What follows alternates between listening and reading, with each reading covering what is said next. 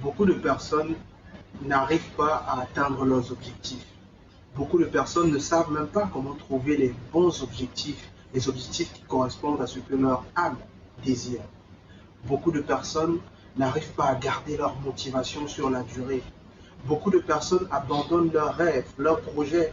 Beaucoup de personnes n'arrivent pas à passer à l'action. Beaucoup de personnes n'obtiennent pas toujours les résultats qu'elles désirent. Je suis coach Yves Lessa, coach en productivité et en développement personnel, et je me propose de t'accompagner, de t'aider, de te motiver pour que tu puisses réaliser d'excellents résultats dans ta vie. Je vais partager avec toi dans cette chaîne une série de vidéos qui vont te permettre de trouver les objectifs qui t'inspirent, de trouver la motivation intrinsèque afin d'agir au quotidien et réaliser les résultats qui te permettront d'avoir le contrôle de ta vie. Je t'invite donc à t'abonner à cette chaîne afin de ne manquer aucune de mes prochaines vidéos. Alors, qu'est-ce que j'ai à te partager aujourd'hui? J'ai envie de te parler d'une expérience que j'ai vécue tout récemment. Tu sais, il y a quelques mois à peu près un mois, on va dire ça comme ça, j'ai sorti un livre, que voici d'ailleurs, Comment trouver les objectifs qui t'inspirent et te motivent sur la durée.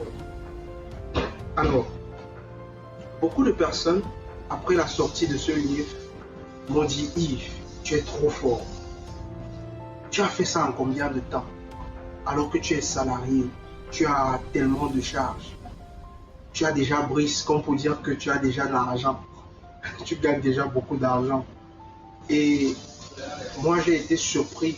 J'ai été surpris de ne pas voir les personnes venir me demander comment est-ce que j'ai fait, quelles sont les difficultés que j'ai rencontrées, comment est-ce que j'ai fait pour surmonter ces difficultés-là.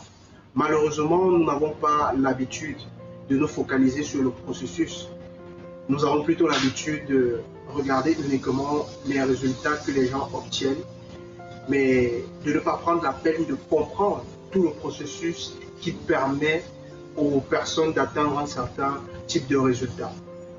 Mais cela n'est pas grave. Je vais ici partager avec vous comment tout ça s'est passé. En fait, après la sortie de mon livre, après la soirée dédicace que j'ai organisée, je me suis senti tellement fier de moi. J'étais tellement fier de moi. Mais rassurez-vous, ce n'était pas parce que j'avais atteint mon objectif. Mais c'était plutôt parce que j'avais su surmonter, dépasser les difficultés que j'avais vécues durant tout le processus. J'avais su surmonter les obstacles en fait. Et c'est ça qui me rendait fier de moi.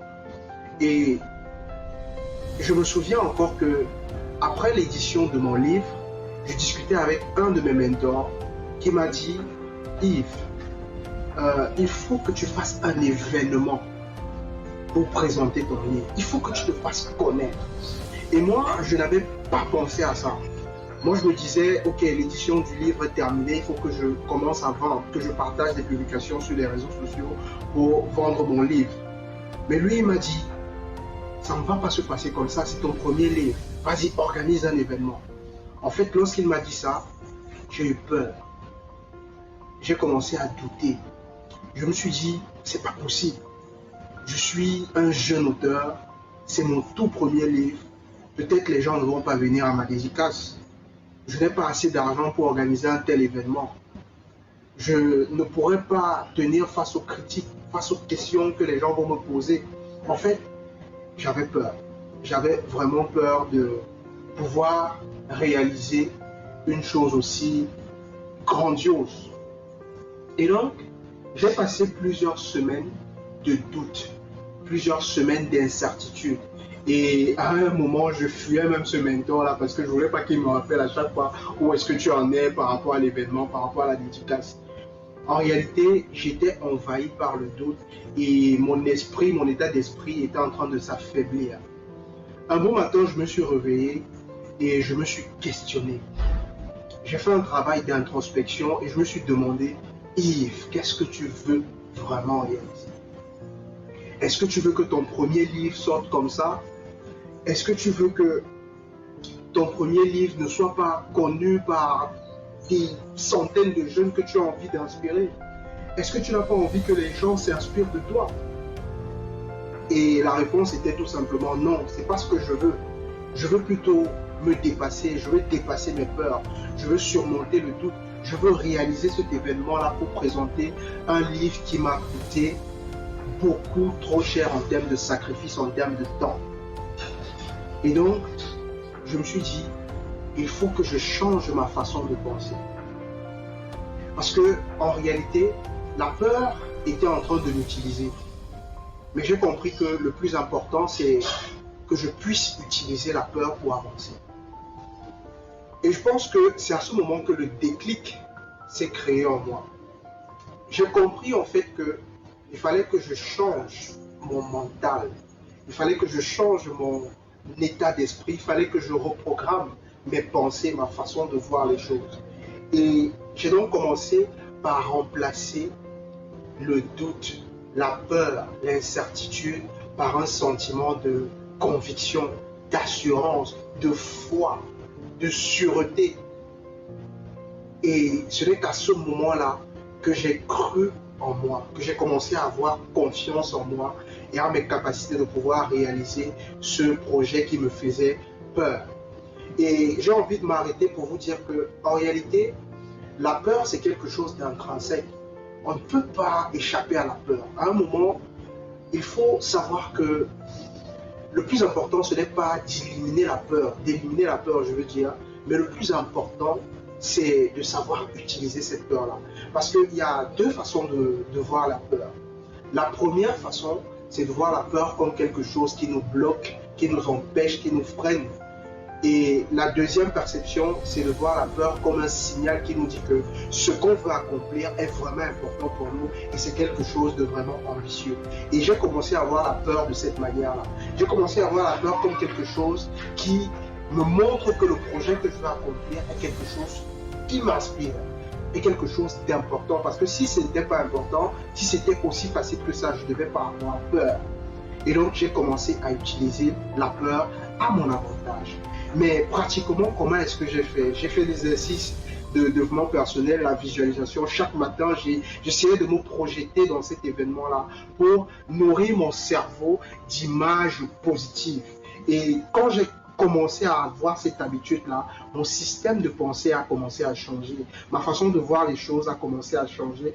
Et je me suis dit, il faut passer maintenant cette étape de volonté, parce que là j'avais déjà travaillé ma volonté, il fallait passer à un autre niveau. Et c'était à ce moment que j'ai fixé la date de l'événement, le 6 mars 2021, sur un coup de tête comme ça, parce qu'il fallait que je passe au niveau de titan, cette personne qui n'a plus d'autre choix que d'avancer. Parce que parfois on a la volonté, parfois on a envie de faire les choses, mais tellement on a des choix devant nous que finalement on n'agit pas. Il faut se mettre dans une posture où on n'a plus d'autre choix que d'avancer. Et c'est cette posture-là que je voulais avoir. C'est pour ça que j'ai dit, ok, je vais programmer l'événement le 6 mars 2021. Et je vous assure qu'à ce moment, je n'avais pas encore l'idée de la salle. Je n'avais pas encore les fonds pour réaliser le projet. Je n'avais pas encore l'équipe pour m'accompagner dans ce projet-là. Donc, je n'avais pas encore réuni toutes les ressources. Donc, en réalité, je me suis donné un challenge, un défi. Et une fois que j'ai choisi la date, j'ai fait des flyers, j'ai commencé à communiquer autour de moi. Je me suis mis la pression, je me suis mis à agir. J'ai commencé à avoir des actions stratégiques pour réaliser ce projet. Et c'est là où la magie a commencé à s'opérer. J'ai commencé à voir comment les événements s'enchaînaient pour rendre réel ce que je visualisais chaque jour. Et le 6 mars 2021, pour moi jusqu'ici, depuis que j'ai commencé cette année, c'est l'événement le plus merveilleux de cette année 2021. Mais beaucoup de personnes, comme je le disais au départ, n'ont vu que cet événement merveilleux, n'ont vu que le résultat. Mais derrière, j'ai fait face à beaucoup de difficultés à l'intérieur de moi, le doute, la peur et tout ce que j'ai cité au préalable, mais également certaines difficultés externes qui ont en quelque sorte anéanti un peu ma conviction, mais j'ai su surmonter ces obstacles-là.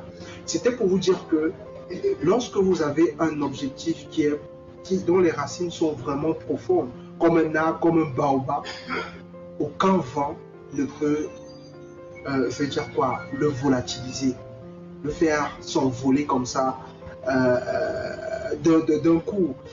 Ce que je veux dire, c'est que lorsque vous avez un objectif, il faudrait que cela soit vraiment en harmonie avec ce que vous désirez au fond de vous. Parce que ce projet me tenait vraiment à cœur. J'ai pu avancer et je n'ai pas lâché. La volonté ne suffit pas. Il faut se mettre dans des conditions pour aller à l'action. Il faut se donner uniquement le choix d'avancer. Parce que toutes les fois où vous échouez, toutes les fois où vous abandonnez vos objectifs, la principale cause, c'est d'abord vous. C'est votre état d'esprit, c'est votre mental. Il faut travailler sur votre mindset. Il faut changer votre système de pensée. Il faut visualiser les choses de façon positive et agir en conséquence. Parce que seule votre capacité à influencer votre esprit pourra également influencer vos résultats et vous permettre d'atteindre les objectifs les plus ambitieux. J'espère que cette vidéo t'a aidé et j'espère que tu pourras en faire bon usage dans ta vie pour l'atteinte de tes objectifs. Et comme je le disais au départ, n'hésite pas à t'abonner pour ne pas manquer les prochaines vidéos.